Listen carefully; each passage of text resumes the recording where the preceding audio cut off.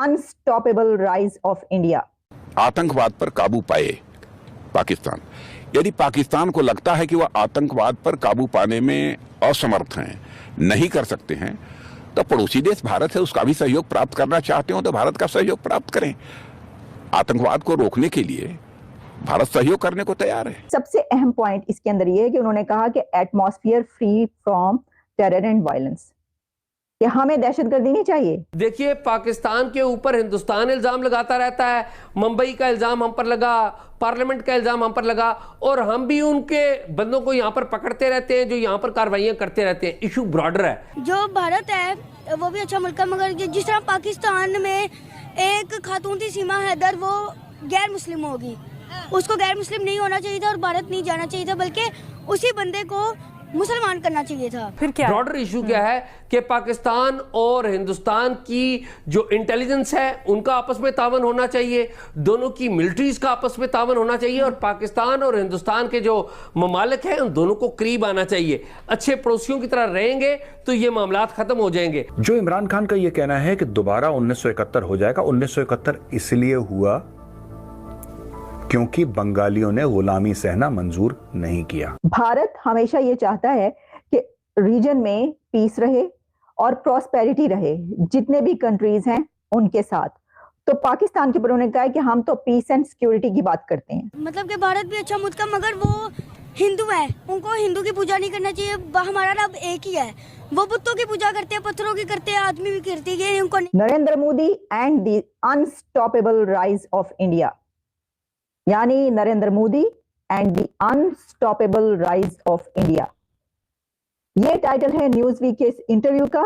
90 minutes का ये interview जो कि भारतीय वजीर आजम नरेंद्र मोदी साहब ने अपनी रेजिडेंस पर, न्यूज वीक के ना सिर्फ सीईओ वहां पर मौजूद थे बल्कि इसके साथ इंटरव्यू करने के लिए भी वहां पर उनके रिपोर्टर्स मौजूद थे। ये इंटरव्यू एक बहुत ही अहम इंटरव्यू इसलिए है कि ऐसा लगता है, मेरा ये कहना है कि ये भारतीय वजीर आजम नरेंद्र मोदी साहब का मास्टर स्ट्रोक है। मास्टर स्ट्रोक इसलिए है कि नई हुकूमत आने में कुछ दिन, इलेक्शन के नजदीक नरेंद्र मोदी साहब इलेक्शन में जा रहे हैं, एंटर हो रहे हैं, और अगली हुकूमत उनके आने के ब्राइट चांसेस। तो उन्होंने दुनिया को यह बताया है कि भारत में जो नई हुकूमत आ रही है, जो नया प्राइम मिनिस्टर आ रहा है, वो दुनिया के मुतालिक क्या ख्याल रखता है। और इसमें इंडियन प्राइम मिनिस्टर ने जो मैसेज दिया है वो है पीस का। इसीलिए मैंने कहा कि मास्टर स्ट्रोक है ये, क्योंकि उन्होंने ना सिर्फ इंडिया, पाकिस्तान, बल्कि पूरी वर्ल्ड के लिए पीस का मैसेज दिया है। सबसे पहले पाकिस्तान पर उन्होंने क्या कहा है? उन्होंने कहा है कि I have congratulated the Prime Minister of Pakistan on taking over office। ये मैंने तो वजीर आजम शहबाज शरीफ साहब को मुबारकबाद दी।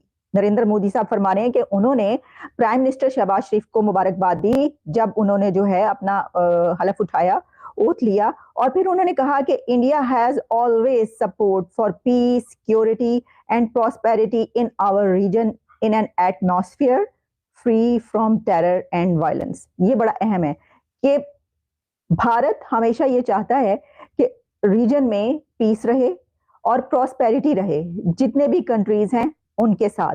तो पाकिस्तान के ऊपर उन्होंने कहा है कि हम तो पीस एंड सिक्योरिटी की बात करते हैं। सबसे अहम मैसेज तो ये है कि उन्होंने कहा नहीं भाई, कोई लड़ाई झगड़ा नहीं, कोई डिस्प्यूट नहीं, हम तो ऐसा चाहते नहीं है, हम तो पीस और सिक्योरिटी चाहते हैं पाकिस्तान के साथ। और साथ में ये कहना कि प्रॉस्पेरिटी यानी कि स्टेबिलिटी भी होनी चाहिए, क्योंकि किसी कंट्री में याद रखिएगा स्टेबिलिटी होगी तो तभी रीजन में भी स्टेबिलिटी होगी।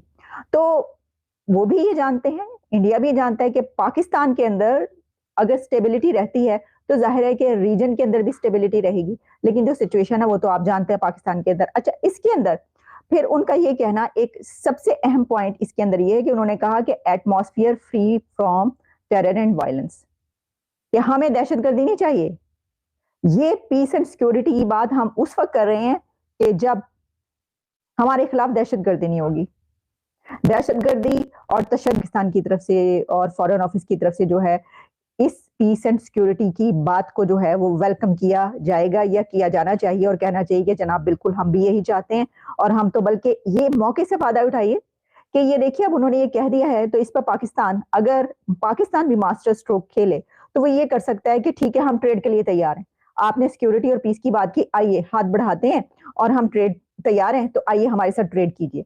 लेकिन आपको पता है कि वहां पे तो मास्टर स्ट्रोक खेलने के लिए है कौन? कौन खेलेगा मास्टर स्ट्रोक? और क्या इस मास्टर स्ट्रोक खेलने के लिए आपको जो ईगो है, आना है, वो पीछे रखना पड़ती है और आपको एक बड़ेपन का मुजाहरा करना पड़ता है, जैसे कि नरेंद्र मोदी साहब ने किया। बेटा पढ़ते हो आप? जी। कौन सी क्लास में पढ़ते हो? Pre 9th। प्री 9th में पढ़ते हो? प्री 9th में पढ़ते हो बेटा, भारत के बारे में कुछ जानते हो आप? जी। क्या जानते हो? भारत मतलब कि भारत भी अच्छा मुल्क है, मगर वो हिंदू है, उनको हिंदू की पूजा नहीं करना चाहिए। हमारा रब एक ही है, वो बुतों की पूजा करते हैं, पत्थरों की करते हैं, आदमी भी करते हैं, उनको नहीं करना चाहिए। बेटा वो उनका अपना मजहब है, आप किसी के मजहब को गलत कहोगे तो उनके कितने जज्बात को ठेस पहुंचेगी। हमें इंसानियत क्यों नहीं सिखाई जाती ये बताओ स्कूल्स में? हमें हमेशा ये क्यों सिखाया जाता है कि वो बुतों की पूजा करते हैं, वो ऐसे हैं तो वो वैसे हैं। भाई चाइना से हम पैसे लेते हैं, चाइना के खिलाफ हमारी किताबों में नफरत क्यों नहीं है? वो तो किसी खुदा को नहीं मानते, बताएं।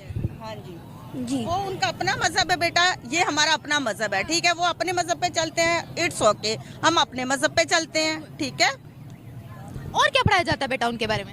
उनके बारे में बताया जाता है कि भारत भी अच्छा मुल्क है, मगर जो भारत है वो भी अच्छा मुल्क है, मगर जिस तरह पाकिस्तान में एक खातून थी सीमा हैदर, वो गैर मुस्लिम होगी, उसको गैर मुस्लिम नहीं होना चाहिए था और भारत नहीं जाना चाहिए था, बल्कि उसी बंदे को मुसलमान करना चाहिए था।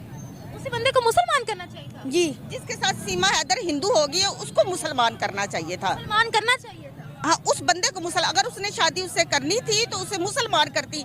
अपने 4 बच्चे भी उसने हिंदू किए हैं, अच्छा, तो उसे तो उसकी पर्सनल चॉइस है। हाँ वो तो बात ठीक है, लेकिन उसे अगले को मुसलमान करना चाहिए था। पर्सनल चॉइस है ना, हम ऐसे तो नहीं ना किसी पर भी अटैक कर हाँ, सही है, लेकिन हम उसे बुरा नहीं कह रहे। लेकिन मैं यही चाहती थी कि वो अगर मुसलमान है तो मुसलमान से किसी से करती। बेटा गैर मुस्लिमों के लिए आप पाकिस्तान में इतनी नफरत क्यों है? इवन बच्चा गैर मुस्लिम से नफरत करता है, क्यों? आपको क्या लगता है? थोड़ा हम किसी से नफरत नहीं करते। तो हम किसी से नहीं करते, मगर वो गैर मुस्लिम है, पता नहीं लोग नफरत पता नहीं क्यों करने लग जाते हैं, कुछ समझ नहीं आती।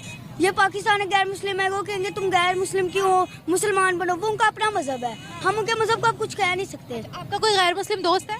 नहीं। आप अलाउ करेंगे अपने बेटे को कोई गैर मुस्लिम दोस्त रखने पे? वो ये है कि यहाँ सारे लोग रहते हैं, सिख भी रहते हैं, चाइनीज भी, अगर है दोस्ती तो रखो, वो उनका अपना मजहब है, इनका अपना है। हम के मजहब की रिस्पेक्ट कर सकते हैं, हमारा शुक्र अल्हम्दुलिल्लाह इस्लामी मजहब है, उनका वो जो भी मजहब है वो उनका है, हम उन पे नहीं ऑप्शन उठा सकते, ना वो हम पे उठा सकते हैं। लेकिन ना हमें अपने मजहब, मैं मुसलमान हूँ, मुझे अपने मजहब से प्यार है, आप मुसलमान हैं, आपको भी इस्लाम से प्यार होगा, ऐसे ही जो गैर मुस्लिम है उनको भी उनके मजहब से प्यार होगा। इसी तरह बिल्कुल बिल्कुल।